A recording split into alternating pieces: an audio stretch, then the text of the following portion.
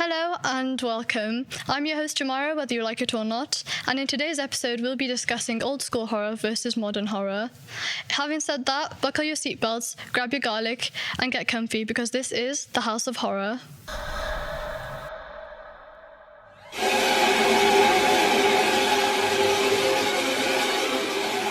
Here I have horror superfans Ethan and Klaudia. So, I heard that Terrifier 3's just come out. How are you feeling about it? Personally, I haven't watched it yet, but I am looking forward to watching it. I have watched the first and a bit of the second one as well. But I really enjoyed the gore. I mean, I kind of miss it because I am a big fan of Saw, so I do like the gory theme within it. So yeah, I'm looking forward to it. Yeah, I actually heard that it involves a killer clown because I've not personally watched it myself, but it sounds vaguely familiar to the hit movie It. Yeah. Do you think that Terrifier kind of jumped on a bandwagon seeing how well It did? No. The Terrifier franchise started with short films. It's I think the first one 2010, 2011. So, I think slightly because back in the 80s there was an TV miniseries, I think a film as well. So that faded out of popularity, out of mainstream. So I think Terrifier sort of like rejuvenated it. So that's like partly the reason why they remade Okay, it. so Terrifier came out before the trends because there was that moment of like I think it was 2016, 2017 where there was this whole thing on Musical.ly, killer clowns, etc. And I always thought that It had come out as a result of the trend, but I hadn't known that it'd been out for ages and that it was by Stephen King, who's literally written horror movies, horror books, his entire life. I know, crazy. I mean, all his movies are usually top charts as well. I mean, Pet Sematary, It, The Shining also. Yeah, Shawshank Redemption, which I had no idea he had written until a few days ago. The Green Mile. I think he has like over 88 books that have been turned into films. And they're like the king of horror. I think most of them are like hits. Would you guys say that he's the king of horror? Definitely. Yeah, definitely. Like his repertoire, and his bibliography, I think is word, or the book he's written, or the short stories he's written as well. It's hard to say there's another, there's no one else. Yeah, exactly. Like I feel like he's the epitome of what we call old school horror. Yeah. Also, we have a few banned films, including The Human Centipede, Saw, and Texas Chainsaw Massacre. Do you think that they may have been banned due to the extreme gore factor? Yeah, probably. I mean, it is quite gory. I mean, even the Paul Kepsey tapes, they are banned as well from some countries because they are like the perspective of a killer. So, I mean, I'm not surprised. I mean, the amount of people that can get influenced the wrong way is just crazy. Especially younger people. Yeah, so you feel like it's almost romanticizing killing. Yeah. And there's this one film from 2006 called Behind the Mask: The Rise of Leslie Vernon. I haven't seen it, but I know a lot about it. It's like a mockumentary following this guy, Leslie Vernon, in becoming like a serial killer, almost like Michael Myers or Jason Voorhees. It shows him create his backstory, get advice from other fictional serial killers from other films, and most 3/4 of the way through it becomes cinematic, as if he's enacting his own plan. And it's a really good film. I've heard lots of good things about it. I was also going to ask, do you think that modern films, in comparison to older films, are more sensitized? For example, The Purge? I mean, I think so. I mean, I feel like older films, they do have a plot, but they like to experiment with a lot of things as well. I mean, especially with the introduction of sound also coming in quite, I think in the 50s, maybe the 60s, I think. But I feel like they were more experimenting with different things, and I know that every company had their own genre. So, I feel like now, since they're more open, I feel like they focus on more narrative and more instead of the gore and stuff, just more narrative, especially with also the budget. They have so much higher budgets nowadays that it's crazy. I remember Saw 1, it was an incredibly low budget. So for the gore, they couldn't really focus on the gore part because they didn't have the money. So they had to focus more on the faces and the fear and them screaming and stuff. Okay. But yeah, in Saw 1, since they were both human students, James Wan, you know, they had like make do with like very little stuff, and the scene where Dr. Gordon is sawing his foot off, spoilers, that he actually started cutting to himself as well, accidentally. Like, so, like, some of the fake blood was mixed in with real blood. Oh god. And, like, it fueled his rage, fueled his, like, his anger.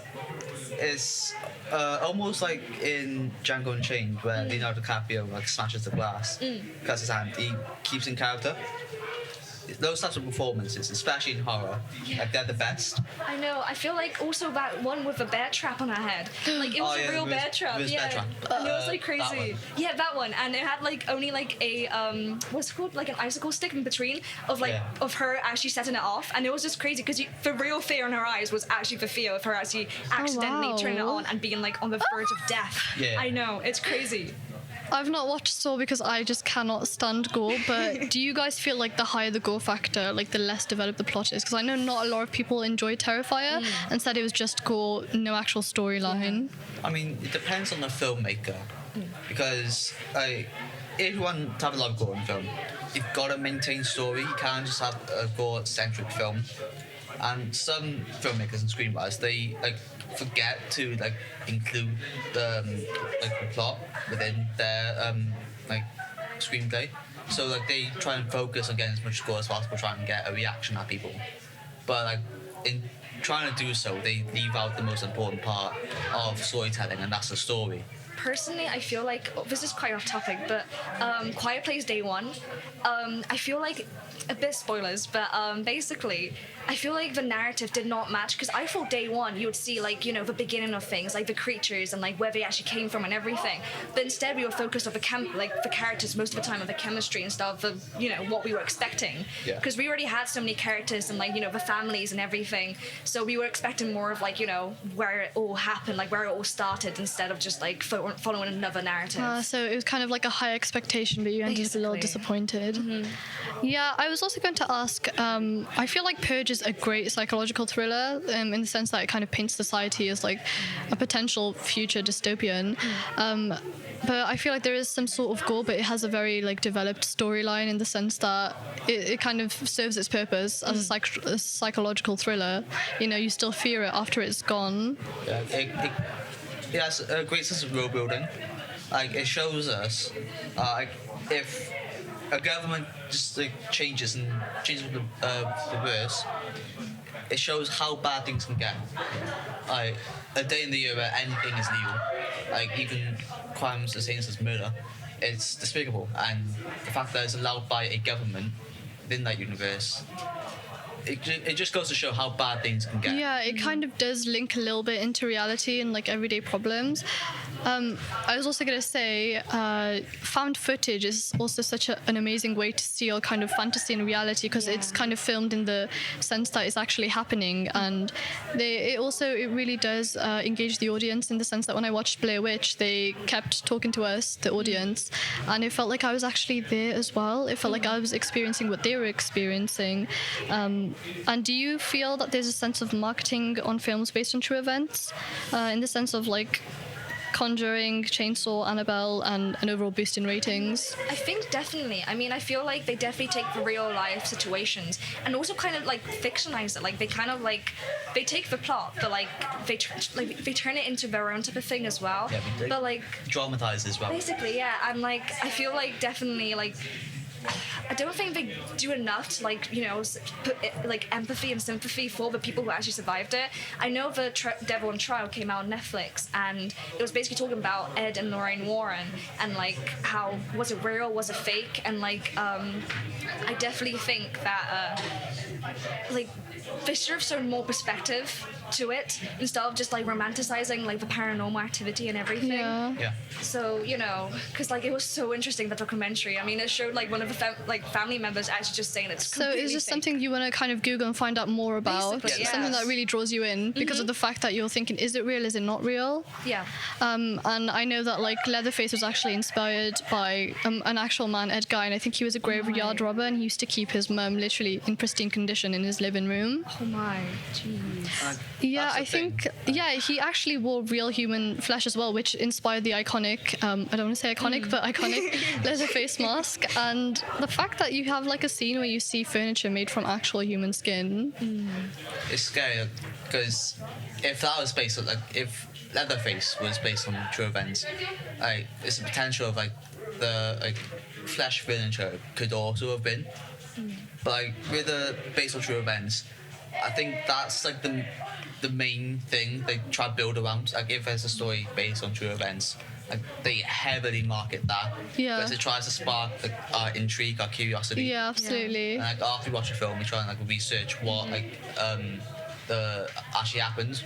I feel like it instills like a different level of fear because of the fact that you're like, oh my gosh, this actually happened. Yeah. There's more to the story than just what I watch in the movie. It's real I life. also really don't like because like some of the actors that they actually put into the movies, they romanticize it because they put like very familiar or attractive actors into it, and Yeah. then people start like fantasizing about them, like posting edits, and it's just like So I feel like when you do kind of romanticize it, you kind of like take away from the scariness of Yeah, it, like the basically. horror.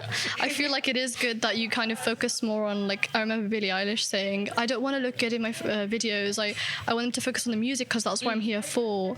Especially with horror, you're not here to kind of fantasize or like fangirl over the actors. You're meant to actually be scared of them. And like the main focus of film is to act to like entertain the audience, and like if you're just gonna like glorify these events and the cast and Yeah. actors that people like to look of or like are just like really mainstream, really popular, it takes away from the story, especially if it's based on true events. Yeah, exactly. And I think with Dharma as well, it's the fact that people were just like, oh, I feel bad for Dharma, and there was like so many girls who were like, I could have changed him, and I was just like, honey, he's gay.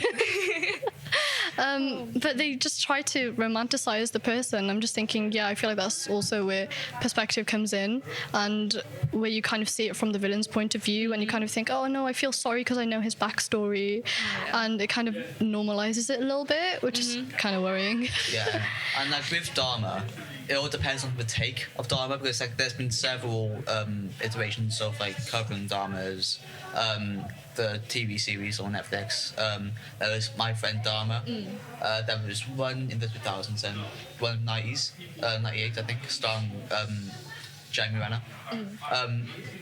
Like that version, the 90s one, is the only one I've seen. It done a really good job of interpreting Jeffrey Dahmer, Everyone liked it. because it didn't glorify any of what he did. It made it seem real. Like Jeremy Renner was So I know actually that Dahmer. He was actually committing those crimes.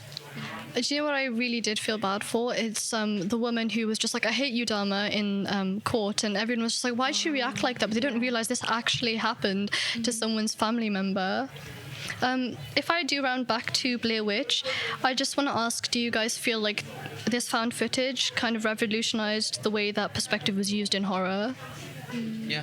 yeah, definitely. Yeah, and we were talking about the whole romanticizing everything, but I feel like found footage kind of set off the fact that, paranormal activity, it was kind of, we were there in the moment, we were waiting to see what happened, we didn't know what was going on, we were just as clueless as them, Yeah, it made it seem real, made it seem like personal. Like it actually happened in our world. Yeah. So like take Blair Witch, like they were just like students making like a documentary or something. And like the fact that they've gone like killed something, and like the footage have been discovered, as if like we Yeah. like our universe, like we actually discovered that footage ourselves. I mean, it seems like so much more real. Yeah, it does. Do you think that modern horror has progressed from old school, and in what ways? Definitely. I mean, we can definitely see a lot of like diversity, like just increasing Yeah, a lot more throughout the years. diversity. Yeah, because like like black people, they usually be like the first one to die, or like sacrifice, or like a stupid cop or something, like in the older movies. Yeah.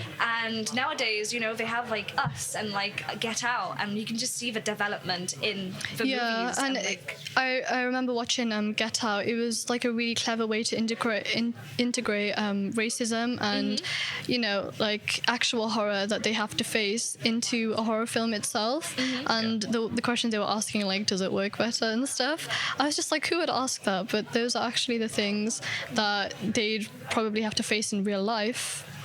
And especially things like Truth or Dare and Countdown, you know, the app.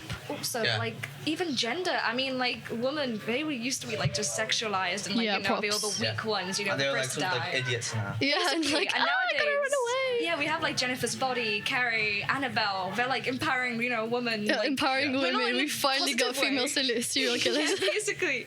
But yeah, we just see like an improvement. But also like all the like serial killers we know, like, you know, Michael Myers and like The Boy, like all of them are masculine. Like we always identify monsters Yeah. as masculine. So it's nice to see like the woman aspect, Yeah, but not it's in a where like good way. you know, but, you know. the man was kind of like the bigger one and Yeah. could like kill you in an instant. But now we have like things like Jennifer's Body and Yeah. I think Annabelle. a huge part of that is like early monster horror, like Frankenstein, Dracula, because they were all like over the top, like they were like